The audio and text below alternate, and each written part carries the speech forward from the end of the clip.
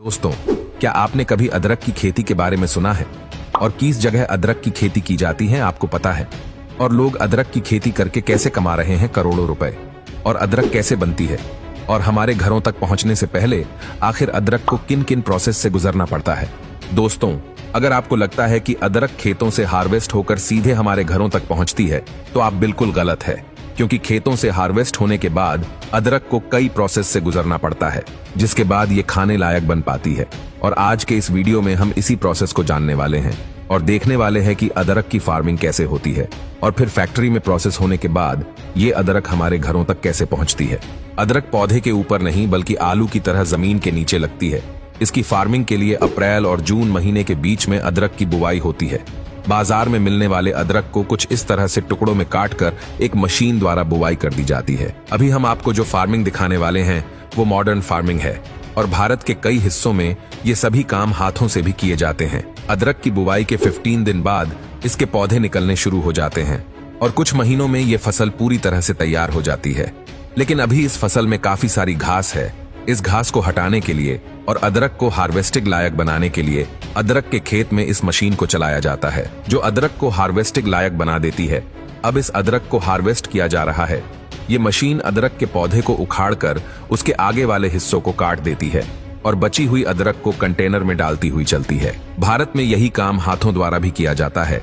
अदरक की हार्वेस्टिंग के बाद यह पूरी तरह से बनकर तैयार नहीं होती। अभी इसे फैक्ट्री में प्रोसेस किया जाएगा। फैक्ट्री में प्रोसेसिंग के लिए इसे वहां भेज दिया जाता है। फैक्ट्री में पहुंचते ही सबसे पहले तो इस अदरक को अच्छे से धोया जाता है और इसकी गंदगी को बिल्कुल साफ कर दिया जाता है। जब अदरक अच्छे से साफ हो जाती है तो इसे एक कन्वेयर बेल्ट से आगे भेज दिया जाता है। इस दौरान वर्कर्स द्वारा इस अदरक में मौजूद कंकड़, पत्थर और खराब अदरक को अलग कर दिया जाता है और अब अदरक को सूखने के लिए फैला दिया जाता है। कुछ घंटे सूखने के बाद अदरक का रंग बिल्कुल बदल चुका है। अब शुरू होती है अगली प्रोसेस, जिसमें सूखी हुई अदरक को कन्वेयर बेल्ट में आगे भेजा जाता है। इस दौरान वर्कर्स द्वारा इसमें मौजूद सभी बेकार की चीजों को निकाल दिया जाता है और ये कन्वेयर बेल्ट भी जालीदार होती है, जिसकी वजह से अगर गलती से भी कोई कंकड़, पत्थर या कीड़ा मकोड़ा रह गया वो भी बाहर हो जाएगा। कन्वेयर बेल्ट से सीधे ये अदरक इस मशीन में गिरती है, जिसमें मौजूद ये दड़दड़े ब्लेड से अदरक को छील देते हैं और इसके ऊपर का छिलका काफी हद तक साफ हो जाता है।